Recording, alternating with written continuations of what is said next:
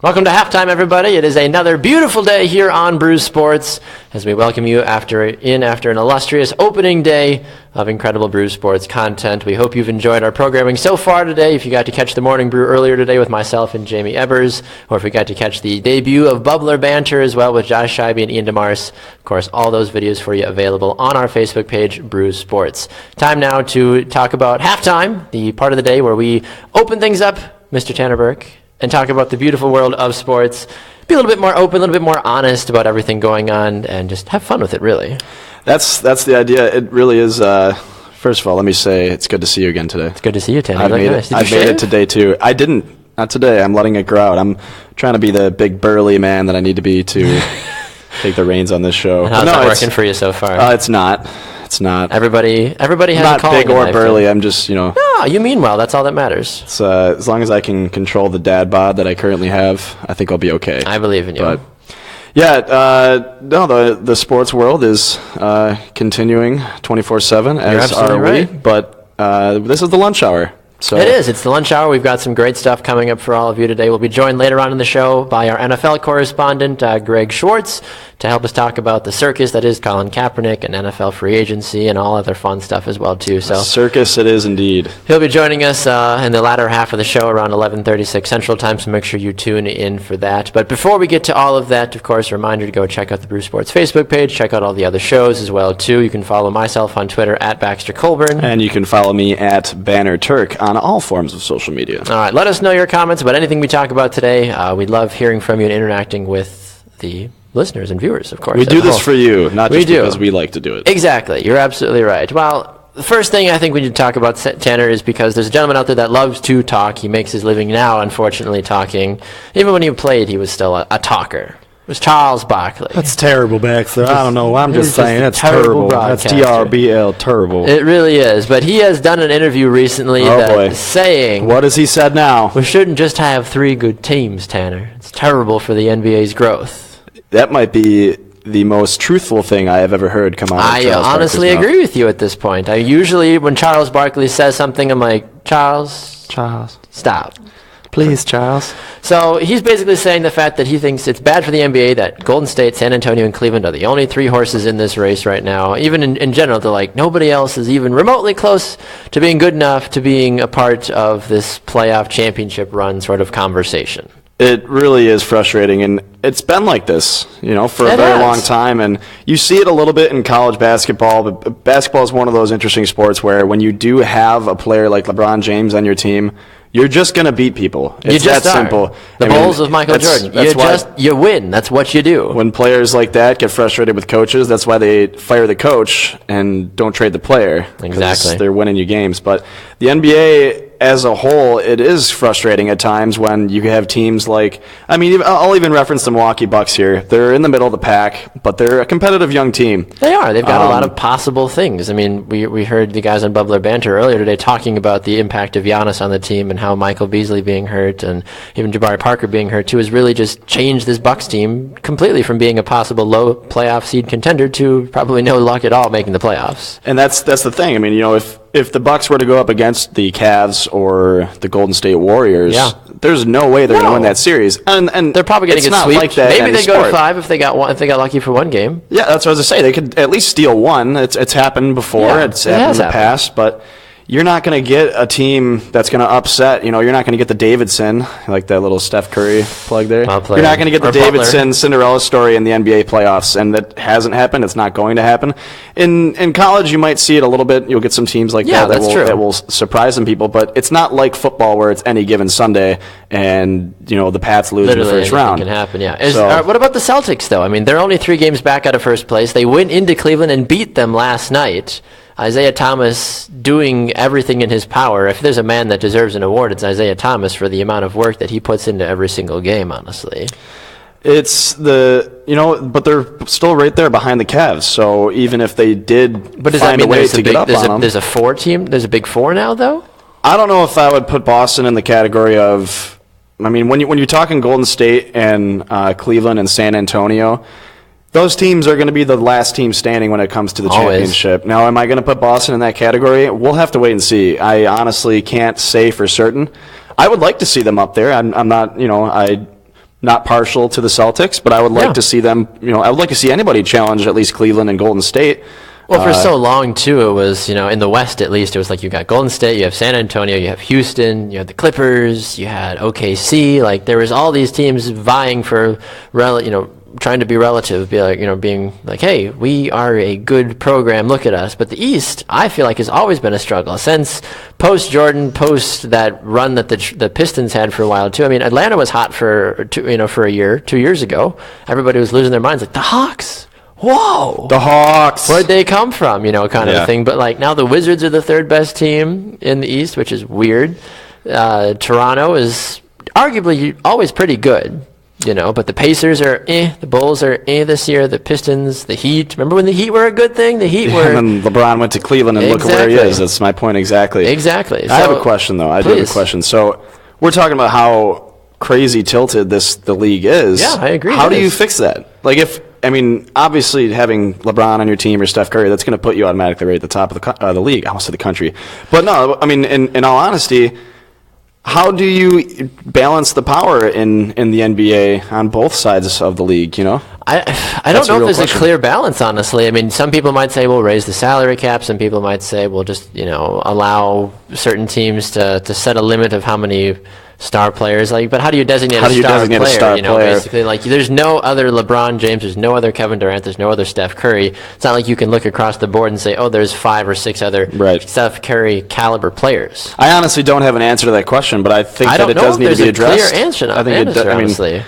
I don't know if you really can address it. Is it the college problem? Is there a problem with the college games saying like, hey, players need to be better coming out of college, but basketball is such a hard sport as a whole, though, to be such a successful program, because how many of these kids, and I don't know if you've had an opinion about this, but the whole one and done rule, or the whole minimum of 2 years, if you're getting 18, 19-year-old kids coming out of college, they're not going to be stars right away. You will find that flash in the bottle of Kobe, that flash of LeBron, but it doesn't happen very often. People need to stop putting so much stock in the NBA draft. I agree. Teams get greedy when it comes to the draft, and you see players who could grow as 18-year-olds in college. They could grow tremendously, learn the game from another perspective, and when they get drafted when they're 17, 18 years old and they go straight to the NBA, they're expected to play, but they don't, because they're 17, 18 years old, and they're barely men at that point, Exactly, yeah. I mean, Aaron makes a good point on Facebook, too, saying, do they need better coaches? I don't know if it's necessarily better coaches, but I think it does. I don't know if this will balance the power of the NBA, but it'll certainly help the young players who are coming out of the draft at 17, 18 years old.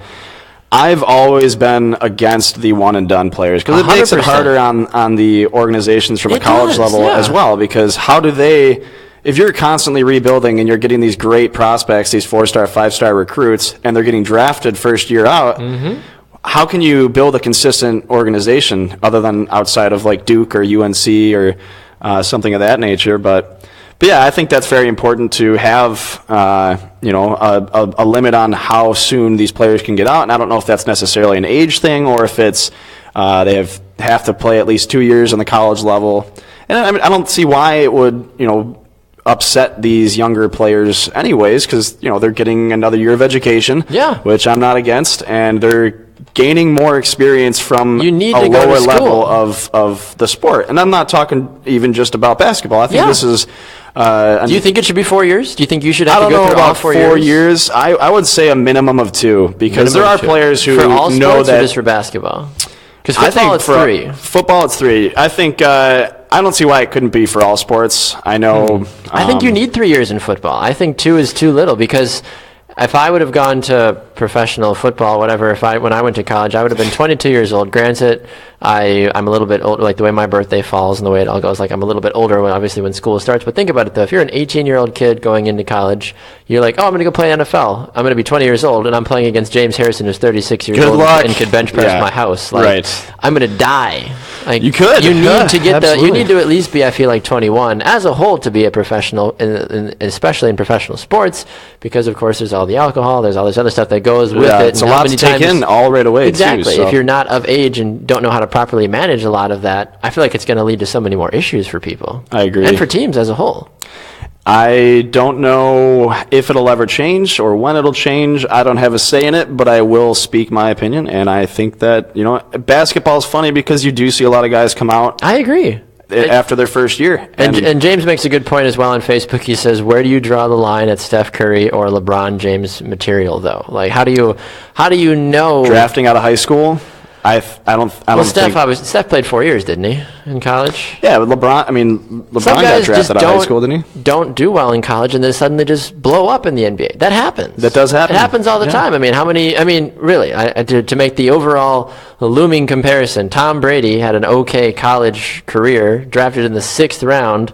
Suddenly, he's God's gift to the sports world. So maybe it's an age limit thing then when you look at it, because you can't necessarily say, because basketball is one of the only sports where you start drafting people out of high school, basketball and baseball. I still think that's crazy. But maybe it is an age limit thing where you say you can't bring them up to the NBA until they're 18 years old. You put them in the D League or you put them somewhere else. Even with baseball, how many high school players do you hear getting drafted to go play double, triple, single A baseball? For years before they may even have a chance at the league. Yeah. Exactly. They're like, I'm in the Brewers system, in the Yankees system, but I'm 17 years old and I'm just spending my summers basically in Boston playing summer ball basically, just to continue to get better and stay in the farm system until they deem me good enough to come up to the majors, at least to get a tryout sort of a thing. So the age limit is always a hard debate, honestly, and I feel like no matter where you go, and going all the way back to Charles Barkley there in the beginning, I do think he is correct when saying there's only a 3-horse race. It's going to be a 3-horse race until these other teams can either allocate their plays around. Now, if Paul George had gone to the Celtics on the NBA trade deadline day, we'd be having a different conversation. We would say there's 4 teams. There's a clear 2 teams in the West and a clear 2 teams in the East, but that didn't happen. Right. The Boston Celtics decided to just keep their wallets closed and said, never mind, let's not even bother with it. We already, Jimmy Butler almost ended up at the Celtics as well, too. Imagine Paul George, Jimmy Butler, Isaiah Thomas, all there. That's your next big 3 right there. An all-star team right there. That is. That's your starting all-star team for the Eastern Conference All-Stars. I don't think that the balance of power is going to change anytime soon. I think we're too comfortable with this in the NBA. But in regards to players coming out at the proper age and after the proper level of experience that they get in college or some other league, I think that over time that will slowly work its way, I agree. To an even level, but it's going to take a lot of time, and I don't think we'll see any of that anytime soon. And that's the thing too. I don't think there's going to be a clear balance. And it's frustrating, and it makes people, when you're frustrated, Tanner, it makes people want to do certain things. It does. And I started laughing. James Krause says, where do you draw the line at Steph Curry or LeBron James material? When you're talking about the NBA, they're the 2 best players in the NBA, and they're the most exciting players to watch. I'm a Bucks fan, but I'm not going out of my way to go to a Bucks game unless Steph Curry or LeBron James happens to be in town. I want to see them play. Of course, everybody wants to see them play. But they're one of the greatest of the game ever. Makes sense. Anywho. You seem thirsty, Tanner. I'm quite thirsty. I'm parched, my friend. Give me 1 second here. Wait. I meant like water.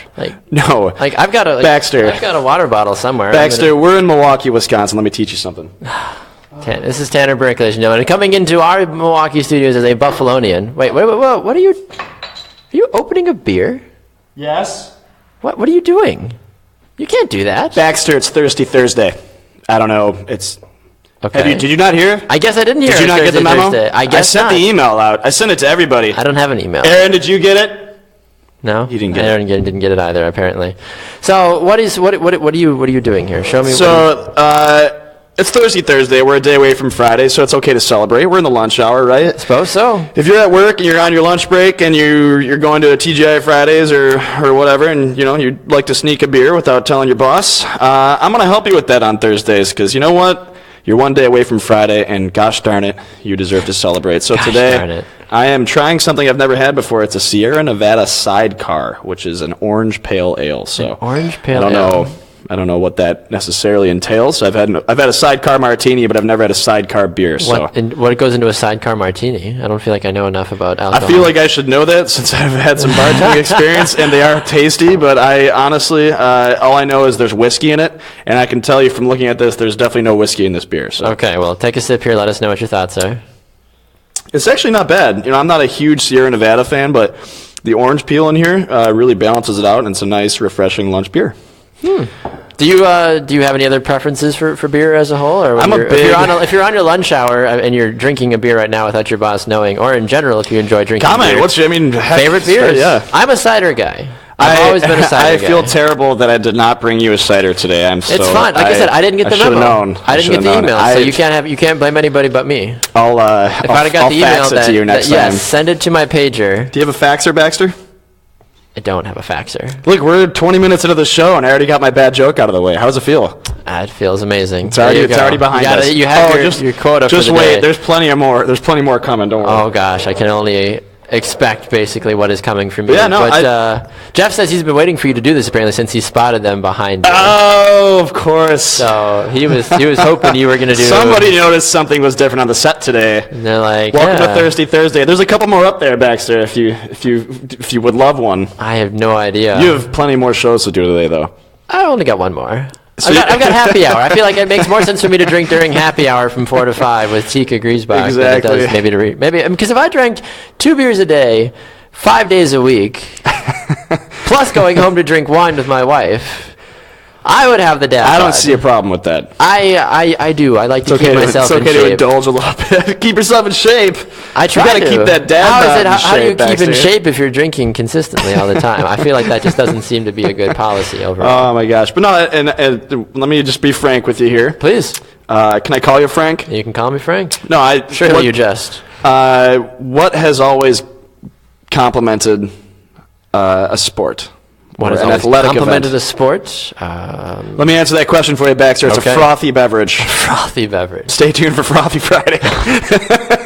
Where we sip just the foam off beers and nothing else. Foam. Yeah, that's right. We don't care about the alcohol. We throw that out. Yes. But no, I do love a good beer. Beer does kind of stand the testament of time. I find that your glass has a very interesting engraving, and I see a football on the bottom of your glass. Yes. I'll do a quick shout out to my friends and family back down over in Buffalo, New York. I have my 716 glass right here from my last trip down to Buffalo. So that's our area code down there. I'm hoping we get some Brew Sports pint glasses here soon. I believe I've heard they're in the mail, so I'm hopeful that they'll be here soon. Until then, I will gladly drink out of my Buffalo sponsored glass. Your Buffalo sponsored glass. This show brought to you by my hometown. Brought to you by the city of Buffalo, basically. I mean, they gave the key to the city to Terrell Owens, so why can't they give you a pint glass, right? See, now I'm getting yelled at already on Facebook here. Aaron says he likes Belgian beers. Glad to hear that. He says he doesn't think beer equals dad bod. Jeff says fruity millennial beers, apparently. He's making fun of you for frou. Jamie says if it's not a Moscato, I'm not going to drink it, apparently. Hey, you know what? I would like to argue with you on that one, Jamie. I enjoy a nice cider and a good Riesling as well. Oh, gosh. This is why we can't have nice things. A white Zinfandel will pair nicely with many a thing. No, I don't like white Zinfandel. It's like juice. Maybe, I like Spotted Cow. That's a good beer. Yeah, that's a beer. Only in Wisconsin. Yeah. Only in Wisconsin. People are like, what's a Spotted Cow? If you're not from Wisconsin, you don't understand what a Spotted Cow is. If you've ever met anybody who's been through Wisconsin, they have had a Spotted Cow. I have a friend that he lives in Indiana after living in Wisconsin and said he will go and anytime he is home, we'll grab cases of Spotted Cow and essentially smuggle it. Yes. My parents do the same thing. Yep. And which is, I'm pretty sure, technically illegal, but... Well, maybe it is. I didn't say any names. I would never say David's name on the air. Okay? I'm not that kind of friend. I ain't no lawyer, Baxter. All right. You know some people that might need lawyers soon, Tanner? Is OJ out yet? It's not that kind of show. No. Potential players that get drafted into the NFL. Lawyers not necessarily in a bad way, but in a good way to help negotiate contracts, to help just with different legal things and advising as you go forward, basically. But you look at the NFL draft class. The NFL draft is a couple of weeks away. Exciting time. Some of the very biggest, brightest, and bestest players and all of college football ready to go and take the NFL by storm. Some waited 3 years, some waited 4 years, some waited 5 years if they got redshirted. It's a very exciting time of year for these players, and I'm sure they've worked for this their entire lives through blood, sweat, and tears. And there's a handful of good players in this year's draft, and just a handful. So should we even bother talking about this? Or just a handful? This is an extraordinary draft class. There's great players all across the board. You're absolutely right. Do you have any players that you have your eye on? Listen, I'm going to talk about Leonard Fournette for a minute here from the great LSU. I don't even know how to pronounce their They're like the little phrase, like because they always post some like weird like French thing, like it's I don't know how to like Cirque du Soleil, something like LSU, Cirque du Soleil. Is that how it goes? I don't think so. I think it's like Napoleon or I surrender or whatever the French say nowadays. No, it's not what it is. But Leonard Fournette, though, I feel like is being so highly rated by so many people that it just boggles my mind a little bit, because I remember pretty significantly that he did not have a very good 2016 college football season. No. Yet he's considered to be the second best running back in all the draft. Now that does also mean that maybe the draft class itself might not be as good for running backs. It's not okay from the running back position. You just like completely disregard what I just said. Just like go against like, oh, it's a great draft for everybody all across the board. But running backs, though, let me tell you, sir. No, from the running back position, I think I'm looking at Dalvin Cook. He's from Florida State. Yes, he is extremely elusive. 86 broken tackles, and his vision and acceleration is what's going to make it could put him in the top 10 consideration. He's definitely far and away the best running back. Correct. In this year's class. Look, I'm not saying this draft class is bad. I'm just saying that I find it interesting that of all the people that are available, Leonard Fournette is being hallowed as a top 15 pick and a number 2 running back as well. I have a question though. I'm looking at the quarterback position, and I think we may or may not disagree on this one, but I'm curious to hear your thoughts. We talked about him a little bit yesterday, and I like him a lot. I think he's got a lot of character. There's a lot of people who believe in him. Deshaun Watson, sure. With Clemson. Like I said yesterday, if you missed the show, 2-time Heisman finalist. That's national champion winner. That's not an easy thing to do, and the national championship just adds to his resume. This is what's going to get him drafted in the first round, and I do believe that he is the best available. I don't know necessarily that he's NFL ready. It's always hard to tell. Best available quarterback or best available player? Best available quarterback. Okay, I was about to say, I'm like, you're going to have to stop yourself right there. The quarterback position is tough because when you do have a guy who has even the slightest bit of praise that he might be this, he might be the next Tom Brady, like he's going to go first overall. But Deshaun Watson's not necessarily the case, and it is interesting because he has a fantastic resume.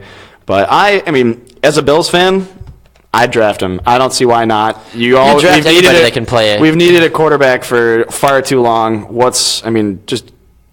Heck, we might as well just draft quarterbacks throughout the entire draft. So you're gonna get lucky. You're gonna get a Russell Wilson in round 5 or round 6. So somewhere in there. I don't know. Yeah, I mean, aside from Deshaun Watson, which I have the utmost respect for, I think he's done a phenomenal job at Clemson this year. I mean, his entire career. You win a national championship, you get nominated for the Heisman 2 times. You have to be doing something right.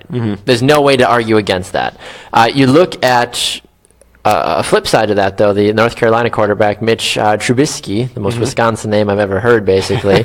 Probably from Kenosha or from, Brown Deer or something, basically. But he's done fairly well for himself in the 3 years that he's played at North Carolina. Now, I understand that 2014, 2015, he was not as good. He must have had injuries or something to that extent. He was not. He did okay. But 2016, we're going off of the skewed view that he had a very good 2016 campaign. He threw for 3,700 yards. He threw 30 touchdowns. He had a 157.9 QB rating. Like, that's a hard thing to do in the college game, especially playing in the ACC. Not that the ACC is a bad conference. It's not the SEC. And some people will get on me for that, saying the ACC is better than the SEC. It's not. Read a book. Look at the NFL. How many really, really awesome ACC NFL players out there? The NFL is gone if the SEC were to go away. That's the honest truth about it. But Mitch is not a bad quarterback, but I'm worried, though, that a lot of people are going to try to jump on Mitch because he had one good season. And that's kind of what I think. That's also why Colin Kaepernick has been really more relevant recently too, is because he had that really good year. He had one good season. Took him to the Super Bowl, and then he's just been ever since then. But people jumped on him. The Reggie Bush factor. He's an incredible player. Like, he's going to be a Hall of Famer, better than Michael Vick ever was at running the ball. No, it's not. Incorrect. I believe in consistency. I think consistency is very important, especially at the quarterback position. It's the most important position in the game. If you don't have a good quarterback, you don't have a good team. Let's flip to the defensive side of this year's draft. Some fantastic players over there as well.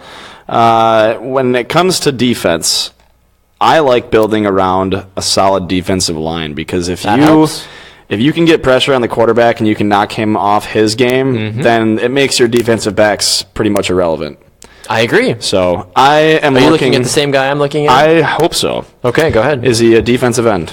Well, yes. Is he an aggressive pass rusher from Texas A&M? Yes, there you go. Is his name Myles Garrett? Correct. What is Myles Garrett, Baxter? Well done. 66 combined sacks over the past 3 seasons. Is that good? 66, you said? I think. Am I wrong? Over the last 3 years. 3, correct. So the NFL record for sacks in a year, I believe, is 22.5. He didn't have 66 sacks in a season. I know. I'm letting you know, though. But like in one season, though, some people, one person, Michael Strahan, did 22.5 because Brett Favre tripped. But that's irrelevant. Are you serious? Brett Favre says he gave him the sack record, which is just the most ludicrous thing in the world. Packer fans will agree with me that they knew it going into the game, and Favre slid sack tripped to get Strahan the record, basically, because it was the last game of Strahan's career as well, too. I'm pretty sure. Anyway, so he got 22.5 sacks in one NFL season. So the fact that he got 63 in 3 years is a testament. It's playing in the SEC. Texas A&M plays in a tough conference. He plays fast, he plays quick, and he plays very physical. It reminds me a lot of like a Mario Williams almost, just quick off the edge, elusive, and he's going to take your quarterback and he's going to throw him to the ground. I think he will. Is he going to actually not be a bust like Jadeveon Clowney was, though, for the Texans? Is Clowney a bust, though? I think he's not as good as people thought he was going to be. I think he's lazy. Injured. You think he might be lazy? But like, you can't be an outside rusher and just sit around. Right, I agree. It's for rec soccer. It's tough to call him a bust yet, and that's a whole other topic, but I mean, he was injured his first season. It was a huge disappointment. A guy goes first overall, and then, he's out for the season. So agreed. I completely agree with you on that. And apparently, Jeff has come up with a game for us now. Jeff has come up with a game? He says every time we say the word draft, you have to take a sip of beer. Oh, boy. This show just took a drastic turn.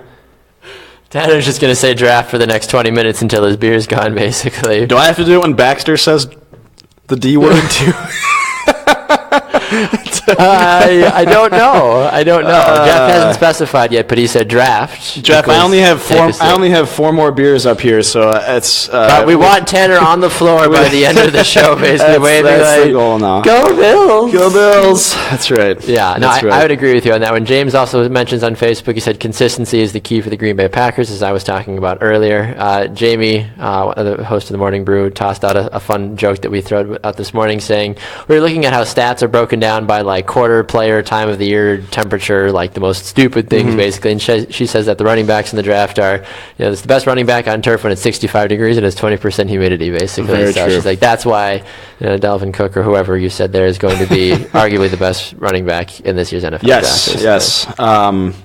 I want to move on to another player that I got my eye on. Please. We got a couple minutes here before our next gentleman's going to be joining us, so let's move along. I really believe that, like I said before, you got to build around your defensive line. I agree, you do. So I'm going with another defensive lineman, and it's Jonathan Allen, a defensive tackle from Alabama. Jonathan Allen. Much like Myles Garrett, he's excellent on the rush, and he's fantastic on the interior. So much like Garrett, he can really lock down the interior. He's a great pass rusher, but he's also, to complement that, a fantastic run stuffer. I would agree with you on that one, too. I mean, how many times do you hear, offenses and defenses, talking about, who are your leaders, who are the guys that are going to really come out and help make your team great? And it has to start with the pass rush. That's one of the things that I've been so critical about, and I'm sure you can say this as a Bills fan, too. Like, as a Packers fan, the Packers don't have a pass rush. I don't care what people say about Clay Matthews. He's not a good pass rusher right now. He used to be. Julius Peppers used to be. Right. But the Packers, if they had a consistent pass rush, probably would have won a Super Bowl this year. How many teams do you hear or see that have bad pass rushes that don't go anywhere? You need those guys that are going to step up and make plays, and I think he's one of them. I mean, look at J.J. Watt. Yeah. Can we talk about him for a second? What do you want to talk about? You want to talk about his girlfriend? You want to talk about his little brother? What do you want to talk about? He's one of the greatest defensive players of all time. He's he's he's so done enough physical, though. Non-injury related? I do not want to be in a bar fight with him. Well, nobody wants to be in a bar fight with anybody that's 6'8" and 240. That's true.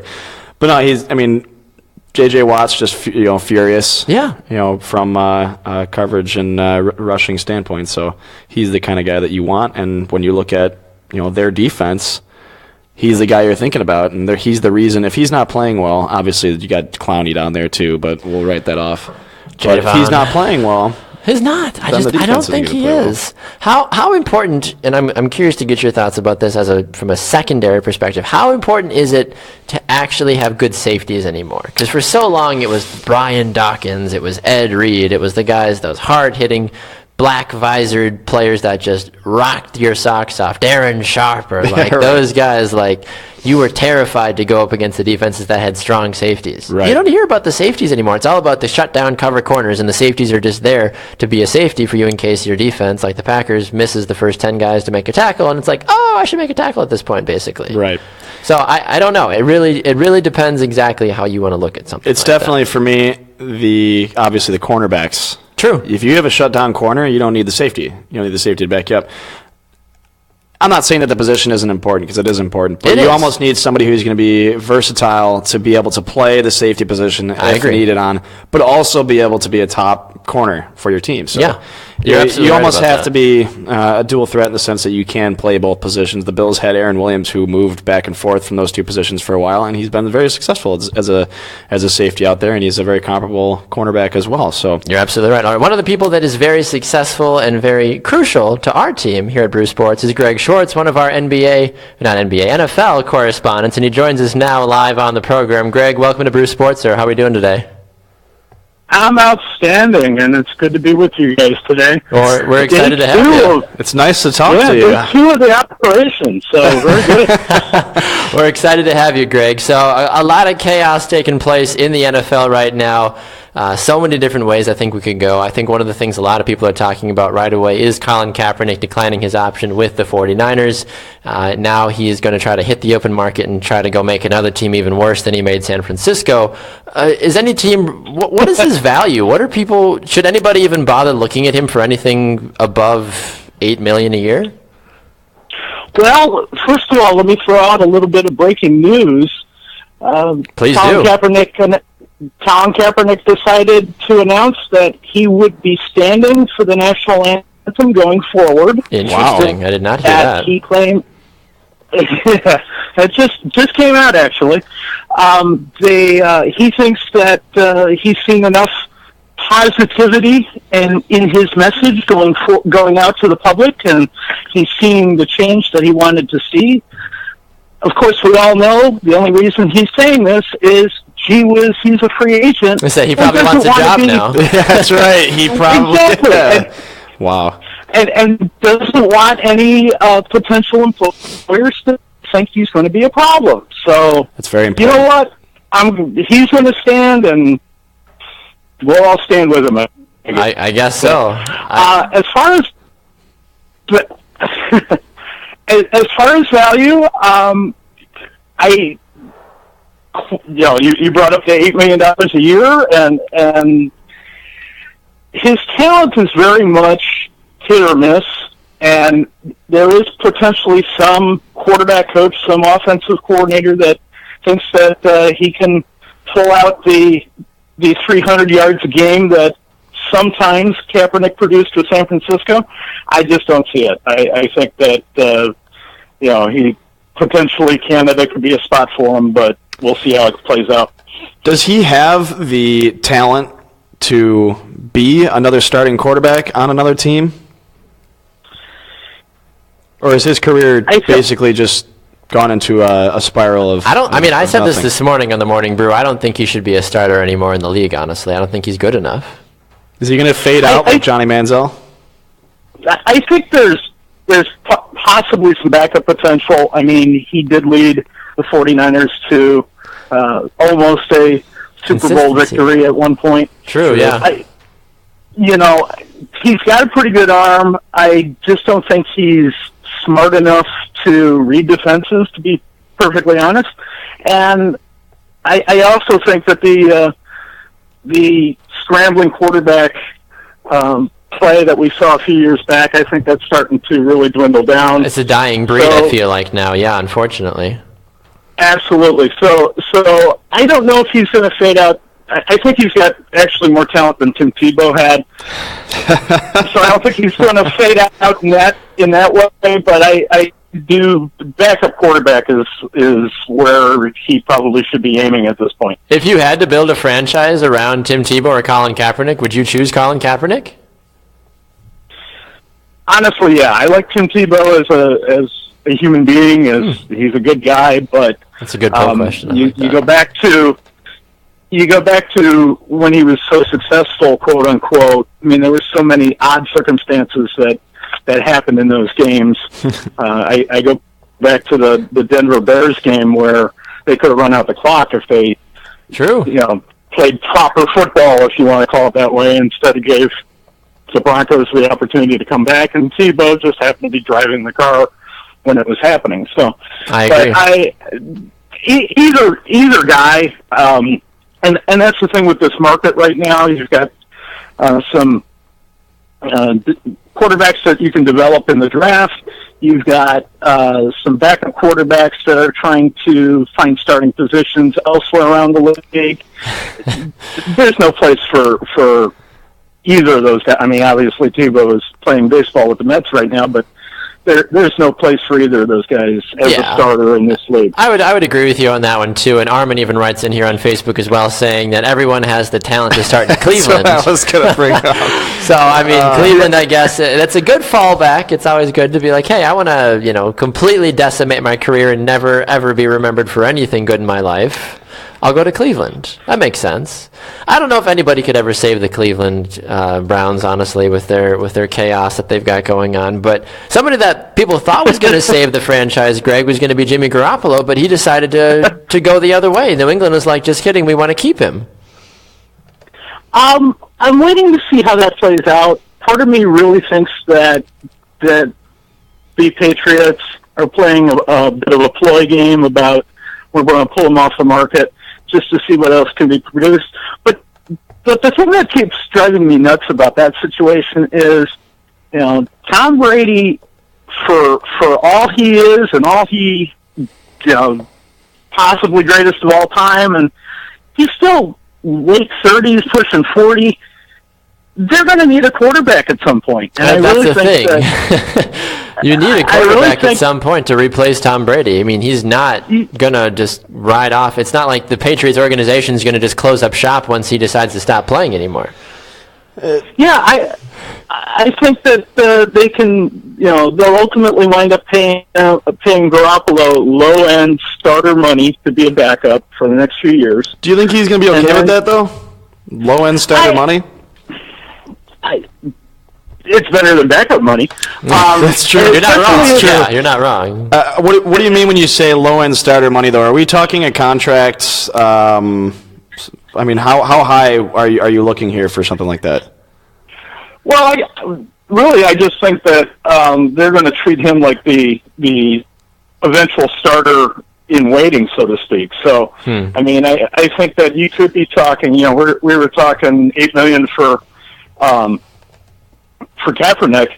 I think that maybe somewhere in that ballpark. Sure, he can make more, but right now they still can. They still control him for at least one more year, and at that point, Brady's career Brady might wind up making the ultimate decision to walk away. So. We can only be so lucky. If Brady wins Super Bowl number 6, I feel like at that point you say, all right, guys, gotta hang him up. I feel like I'm good at this point. But Tom Brady's such a fighter, though. If he feels good after a 6th Super Bowl victory, he's going to come back again. He's going to keep coming back until his body, or he's at a place where he can respectively walk away. But why would you at this point? It doesn't make a lot of sense. Yeah, he had the motivation this past season with the whole Deflategate situation and trying to show up Goodell. At this point, what is the motivation? I mean, people are saying that he is the greatest of all time. He's got the rings to prove it. He's done amazing things in his career. Now it's just that game of trying to stave off, the end, I guess. Trying to prove that you're the greatest quarterback in longevity as well. So, I mean, Garoppolo, circling back to him, he's actually in a really good spot. It's just how bad he's itching to play. The other thing that we should probably talk about is you're looking at what he's capable of doing in a really small sample size. I mean, he played pretty well in the couple of games before he got hurt, while Brady was suspended. So, everybody's all paranoid now about the Brock Osweiler situation. That just because he played a few games and looked pretty good, is he the next big thing? No, he's not. And then they throw millions and millions of dollars at him. $18 million. Now that brings me to my question. Greg Schwartz on the line, one of our NFL correspondents. Greg, when it comes to Garoppolo's future and his relationship with the Patriots, is he? I mean, because I think it's very possible if they do decide to move forward with him that he does get that kind of Osweiler contract. But is he the future of the New England Patriots? I know Tom Brady's still dominating out there, but they are thinking about that. When Drew Bledsoe decided to move on from Drew Bledsoe, they shoved him over to the Bills, and Tom Brady came out and turned into one of the greatest players to play the game. Brady's not going to go to the Bills, Tanner. He's not. I don't want him. He's trying to let you Believe know. me, I don't want him. I do not want him. I have many friends watching at home that would be all over me if I said that. I don't want him. I'm just saying, when he does fizz out, I mean, what are the Patriots going to do? Are they going to sign him, and is he going to get that Brock Osweiler contract, and will he be successful moving forward? Well, the old adage is somebody. I wanted to go with somebody's trash is another man's treasure, and that's sort of the way Brock Osweiler kind of fell into that. I wouldn't call Jimmy trash. Well, and that's the thing is Bill Belichick knows what he has. Yeah. And so I do think that they're pretty content with keeping him around unless they really value, and here's the other wild card in it, their draftee got to play a little bit this past year. Yeah. Didn't look terrible. So, and he looked terrible, but he's somebody that Belichick wanted on the roster. So, again, we're not in Foxborough to know how these guys practice or anything like that, but I think Garoppolo has the makings of a starting quarterback in the NFL. I don't think anybody, when back in the day when Brady took over for Drew Bledsoe, anybody thought that this would be the career he'd have. And yes, I mean, I'm not arguing the GOAT discussion, but he does deserve to be part of the discussion, whether you put him in the corner or not. But so is Jimmy Garoppolo going to be that? Probably not, but who knows? Can he successfully run the Patriots offense to the way Belichick wants it run? Looks like it. Greg, I have one question here. We talked a little bit about Adrian Peterson yesterday, and everybody wants to know. I love Adrian Peterson. That's not what they want to know. Where is Adrian Peterson going? What's going to happen with that? Who's going to take the chance? Here's the problem with AP. AP has crossed over that magic barrier called 30 years old running back. True. Very true. And everybody thought that having missed most of the year with the suspension or whatever, restricted list or whatever Goodell wants to call it today, a couple of years ago, that would save his longevity. I brought up that word earlier. Mm-hmm. Instead, he winds up getting hurt again. And I think his biggest hang-up as far as the way NFL teams are going to see this is not the off-the-field issues that he's had that he seems to have been repentant about and moved on from. It's the fact that he's now a 31-year-old running back that's had 2 major knee issues that just isn't, I love him a lot, too. I had him on my fantasy team for several years. So did I last year for all of his 2 games, basically. Yes. Yeah. Blessings of the keeper league. I got to keep him for a long time. But, he had games of 15 yards or whatnot. He just doesn't look the same that he did even 4 years ago. So what's in store for him? He's probably looking at a situation with a timeshare, whether that's the New York Giants, whether that's Tampa Bay, and Tampa's still trying to figure out what they're doing with their True, with Doug Martin. Anyway. That's not a bad 1-2 combination, AP and Doug Martin, though. I think that's something I could get behind, honestly. ironically enough, the best place for him is probably, drum roll please, Minneapolis, Minnesota. Exactly. But because having AP as long as I did, I've also been well aware of Jerick McKinnon, and he just hasn't been the electric runner they thought he'd be. True. But saying that, I don't know if the bridges have been burnt, but I know AP didn't feel the love during the time offs with, switching his child, and Minnesota doesn't necessarily think that he's the guy going forward. So, that relationship is probably over, even though that's probably the best spot for him.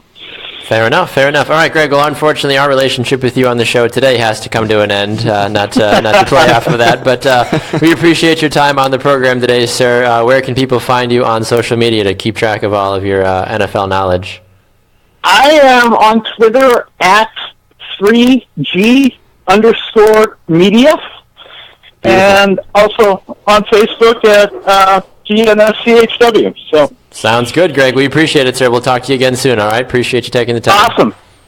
Take care. All right, bye-bye. There goes Greg Schwartz, one of our NFL correspondents here on our wonderful halftime show here on Brew Sports. Some pretty good stuff overall, honestly, Tanner, about a lot of the different things. I mean, New England is one of those teams that I'm still tickled by, because why would you give low starter money to Garoppolo when three of your high caliber, almost all NFL defensive players, you're not even probably going to sign to bring back? True. I would put that money into the defense. Defense, I hate to say it, ultimately wins championships, because if you can't stop the other team from scoring. Unless you have Tom Brady on your team. Well, that also helps as well, of course. Do you think so? Obviously, they need to look ahead post Tom Brady world.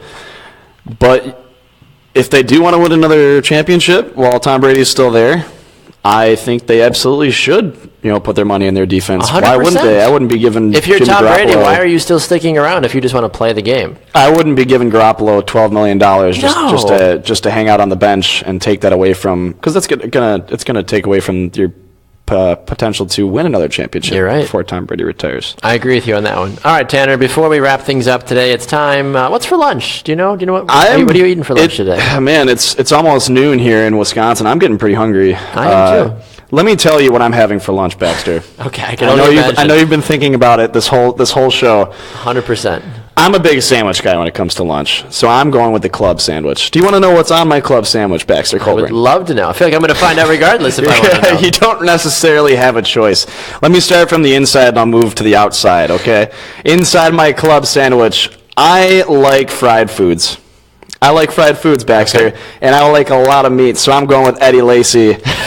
Fried and delicious. You know what goes great with the meat on the sandwich, Baxter? A nice tower of lettuce. You know who's going to be my lettuce, Baxter Colburn?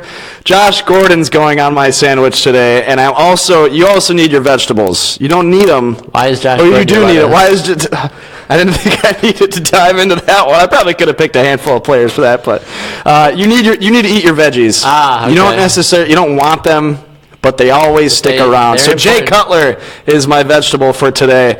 But you know what? It's a pretty dry sandwich so far. I basically have some fried chicken, some lettuce and tomato with no sauce yet. I'm going to throw some mayo and mustard on this sandwich. Okay. And my mayo and mustard is Shady McCoy because, gosh darn it, he is so saucy. He is yummy. Can I get any more bad jokes in here? I think I got one more. I got one more. Yeah. I have a lot of substance on my sandwich, but you need some bread to really call it a sandwich. True. Okay. I'm going with some Texas toast, and I'm picking Rex and Rob Ryan because nothing's better than two big fluffy pieces of Texas toast. That's what's for lunch on my end today, Baxter. Oh, boy. And a Diet Coke. Because you don't want to... Because sugar's bad for you, so go diet, apparently. Yes, exactly. That's a lot. That's a lot to love right there. I can't even imagine how big that sandwich is. It's almost sounds like the Roethlisberger, honestly. I am hungry, yes. Well, I mean, I have... the Roethlisberger? Are we just going to breeze over that? The Roethlisberger? Yeah. Maybe I'll have that. That's a real thing. Maybe I'll have that for lunch. Have you never had the Roethlisberger? No. It's a legit Does it fight burger. back? We've crossed the line. We have. Today. There was a line there. The line. I was going to say I'm having leftover chicken parmesan for lunch, but I don't really have. That sounds good. Any witty banter to throw to it. I can't match what you just did to me. I told you weren't going to expect it, but man, I was. It's going to be tasty. I bet it is. It's going to be tasty. I'm picturing both like Bryan Brothers, like shirtless, like mushing like the other things in between their bellies, basically. Can we cross any more lines that we have here? I think we haven't said draft in a while. Maybe you should take a drink again. You're right. We're almost done with the show here. I'm going to check the Facebook comments again quick here, but I feel like you've got more beer to drink before we can get off the air. What's up with that? It's nice. I mean, I'm not about to chug this, but you won't. We've definitely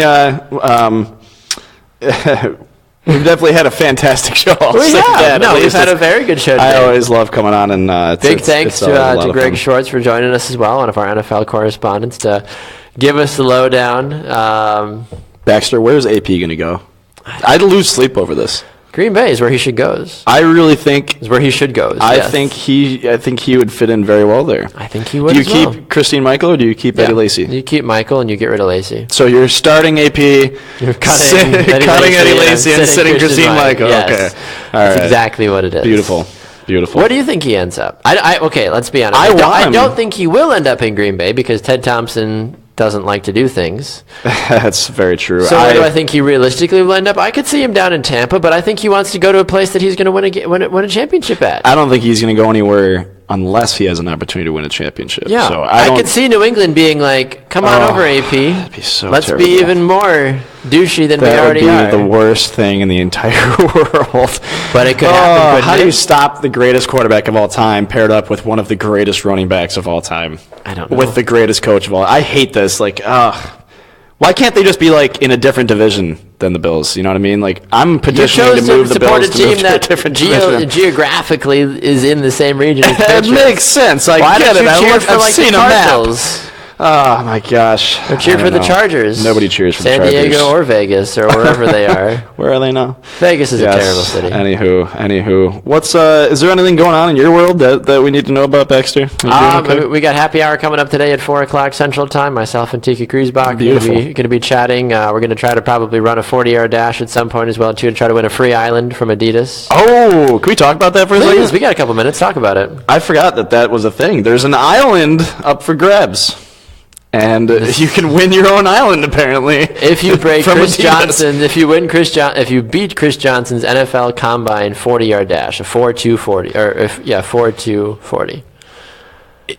I ran a 4.8 at one point in my life. I probably wouldn't want to know what my 40-yard dash is at this point. But does Adidas just own 4 islands, and they're just like, well, we could get rid of one? Well, I made the argument this morning on the Morning Brew. I don't want to draft a kid that has an island. Like, think about it. That's a good point. How cocky are you going to be first day of training camp? Thank God that this wasn't around when Johnny Manziel was at the Combine, guys, because I was a first-round draft pick. What would we have done if Johnny Manziel had an island? He's on an island of his own, but in his mind, yes. He really is. He's making a comeback. He rehired his agent. Did you hear that? Oh God. He's apparently looking good.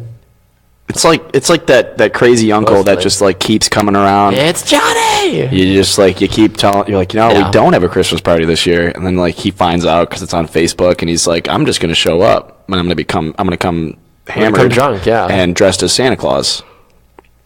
YOLO. And then Bad Santa happened. So yes. Anyways, you can find me on all forms of social media: Instagram, Twitter, Snapchat, all of the above, at Banner Turk. It's pretty simple. It's just my whole name, Tanner Burke, with the first 2 letters swapped out. Makes sense. It's clever and delicious, much like my lunch today. And your personality. And my personality, clever and delicious. You can find me on all social media platforms at Baxter Colburn. Follow Brews Sports at Brews Sportsnet, hashtag Brews Sports.